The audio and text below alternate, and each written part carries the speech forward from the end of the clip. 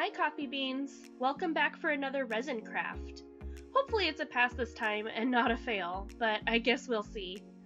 For today, I'm going to be using this awesome dragon silicone mold from the Sophie and Toffee October Elves box. Geez, that's a mouthful. You can see some old cured resin on the outside of this mold because I used it once before with the Sophie and Toffee epoxy resin, the AB resin, but it did not turn out right. I didn't realize that their AB resin is a soft type resin. I didn't even know that was a thing, so when I tried to pull it out, it stretched all over the place and the dragon ended up looking like a giraffe dragon. Anyway, today we'll use good old UV resin. We'll be using sparkly rhinestones. They came in the Sophie and Toffee starter box. Iridescent star glitter. I got it at Hobby Lobby, but I've seen similar glitter at Walmart, Target, Michaels.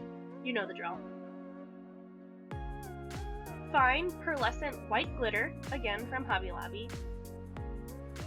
UV resin from Limino. I got it on Amazon. And last but not least, mint green and violet purple resin colorants from Sophie and Toffee. I'll leave a link below to all of the individual products I used. First, I'm going to add a few drops of each color into separate mixing cups.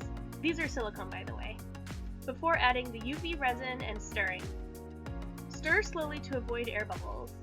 It's funny too, because this purple color looks like a TARDIS blue to the camera, but it's really this bright, vibrant violet color. Next, add your stars and glitter. I obviously added way too much here because I couldn't see what I was doing. Oops. You know, it's a real skill to be able to stir and mix while looking at the camera and not at your hands. How do you other YouTubers do it? I had a hard time seeing what I was doing. It turned out really clumpy with stars, so I added more resin to make up for it, which works out in the end because it ends up being just the right amount for the mold. Now comes the tricky part, filling the mold with your resin. I decided to make the wings this beautiful purple color and leave the body the nice soft mint color. Use a pointy tool or toothpick, thumbtack, paperclip, nail, anything pointy really, and add your resin nice and slow, using the tool to move the resin into all the nooks and crannies.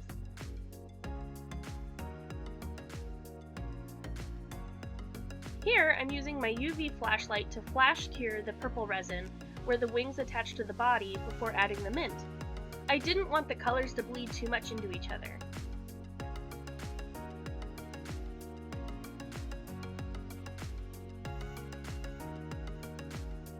Try and be careful to not cover up the inside of the wing. That's where the beads are going to go to make this a shaker charm.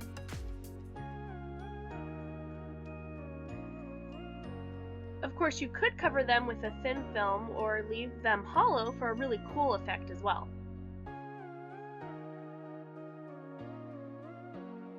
If you get any resin on the inside of the wing, like I did, just carefully push it off with your pointy tool.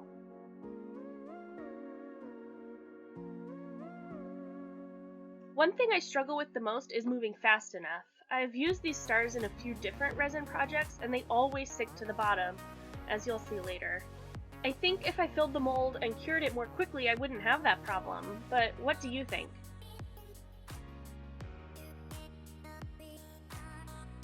I'm just cleaning up the piece a little before sticking it under the UV light for about 3 or 4 minutes. I'm not going to demold just yet. First, I'm going to coat the entire piece, specifically those wings, with clear resin. I don't want to add shaker film to both sides, so this saves time by adding a thin layer of resin to one side of the wings. Plus, it fills up any gaps I may have missed the first time, like the dragon's horns.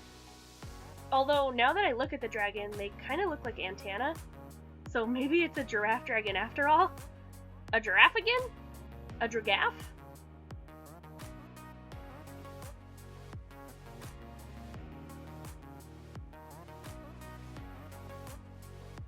I'm pretty jealous of Ayesha Sha Sha's heat gun, by the way. At this point in my project, it would have been awesome to use against all those pesky bubbles.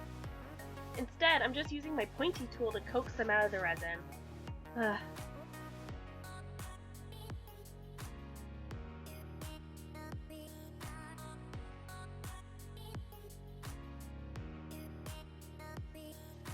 After another 3 or 4 minutes under the UV light, it's finally time to demold. Go nice and slow around all those little edges, like the horns, antenna, and tail, and be careful around those wings. I stabbed my thumb several times trying to get the mold off.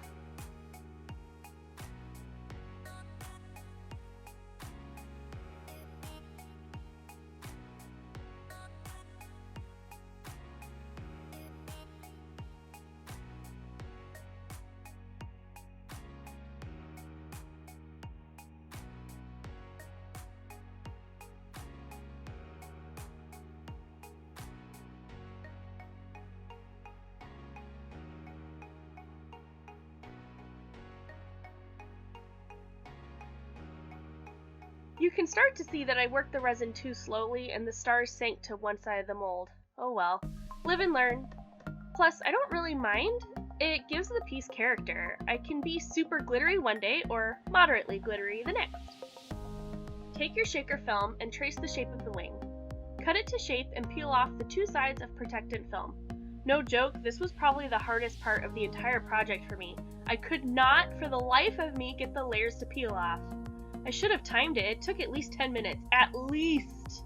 I almost gave up. Before we place the film onto the wings, we're going to use these gorgeous gems to fill the wings. I wanted to do these jewels because dragons are always hoarding their treasure, and what better place to keep it than in your wings?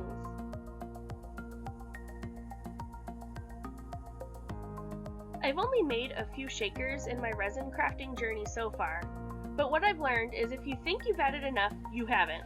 After watching Ayesha Sha Sha, Sandrartes, and other YouTubers, I realized I wasn't putting near enough items into my shakers, so I loaded up on these gems. Then I added some of that iridescent white glitter, which may or may not have been a mistake. You tell me at the end. It sort of sticks to one side of the shaker film, but also looks cool, so I don't know. Tell me in the comments if you like the glitter or not. Then, using a fine paintbrush, I gently brushed off any excess glitter and gems.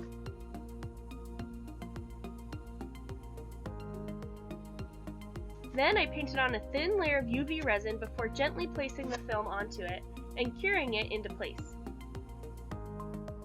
Then repeat for the other wing. You could, of course, leave the gems in the wings without any shaker liquid, which I think would have looked really neat, but I just received these awesome syringes for the shakers and wanted to try them out. Also, go really slowly while adding your liquid. Here I'm just using baby oil. But I found that if I get really aggressive and squeeze too much, it'll burst where the film and resin are attached. Yeah, that was special to learn about. So, yeah.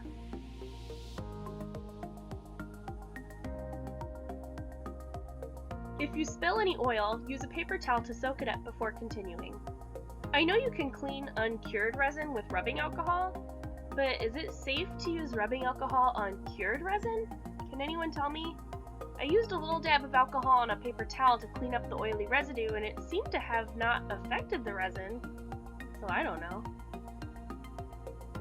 Anyway, after you've filled up your shaker and are happy with the amount of liquid, place a dab of resin on top of the hole and give it a good flash cure.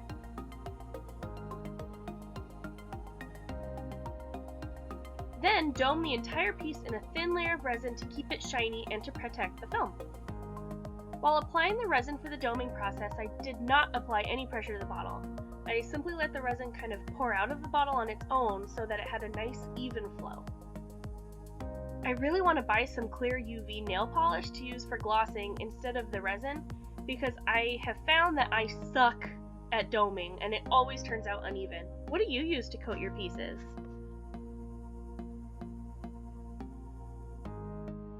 Look at how shiny this giraffe again turned out! I absolutely love her. As you can see, the stars sank to one side, and that iridescent glitter I added to the wings sticks to one side of the shaker film and not the other. But with a good shake, the glitter disperses a little. I love, love, love the jewels on the inside, and I am so happy with it. This piece could be made into a huge statement necklace, headband, or keyring. I hung mine on the Christmas tree for a while to see it glow, until my toddler started shaking the tree and it almost fell, so there goes that. Now I have it attached to a super cute keyring so my purse can finally have some bling. What would you have done differently?